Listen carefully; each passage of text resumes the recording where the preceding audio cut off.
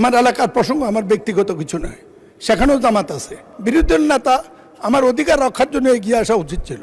এটা চতুর্থবার আমি সংসদে এই কার্যক্রমটি মুখস্থ। আমি কোনো অন্যায় করি নাই, ভুলও বলি নাই। বিরোধী দল নেতা একটি মন্তব্য করেছেন আমরা অসহযোগিতা করছি, আমি এটার প্রতিবাদ করছি, ঠিক নয়। আমি জানতে চেয়েছিলাম এই ক্রমিকটা কিসে মেনটেন হয়। আপনি যে রুলিংয়ের কথা বলেছেন, চিফ হুইপ সেটা বলেছে।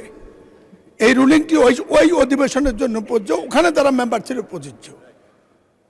এটা আমরা জানি না, আপনি রেফারেন্স দিয়া কার্যপ্রণালী ব্যত্যয় ঘটাবেন, এটা আপনার দৃষ্টি আকর্ষণ করা অন্যায় বলে, বরঞ্চ বিরোধী দল নেতা আমার অধিকার রক্ষার জন্য এগিয়ে আসা উচিত ছিল।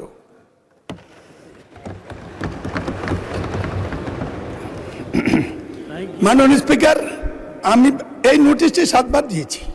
আমার এলাকার প্রসঙ্গ, আমার ব্যক্তিগত কিছু নয়। সেখানেও জামাত আছে, সারা দেশে জাতিতে আছে, আন্তর্জাতিকভাবেও আছে। শিখা উচিত।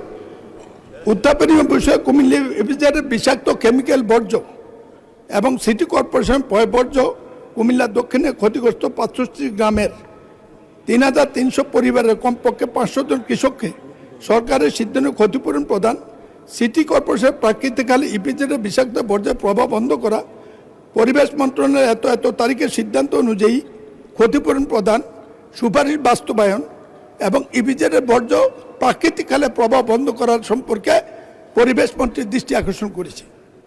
170 বছরের কুমিল্লা পৌরসভা পয় নিষ্কাশন ব্যবস্থা ছিল না, নাই।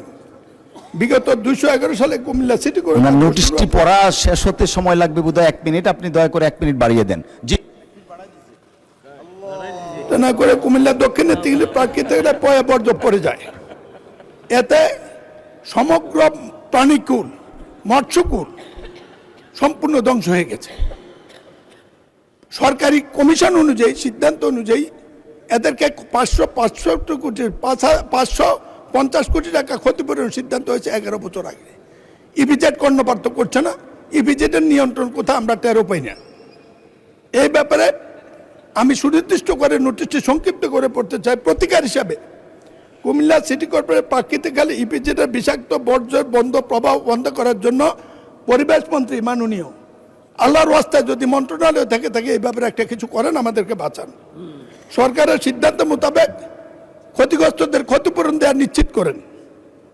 কুমিল্লা 65 গ্রামের উদয় হয়ে গেছে, মানুষ এখান থেকে চলে যেতে হবে।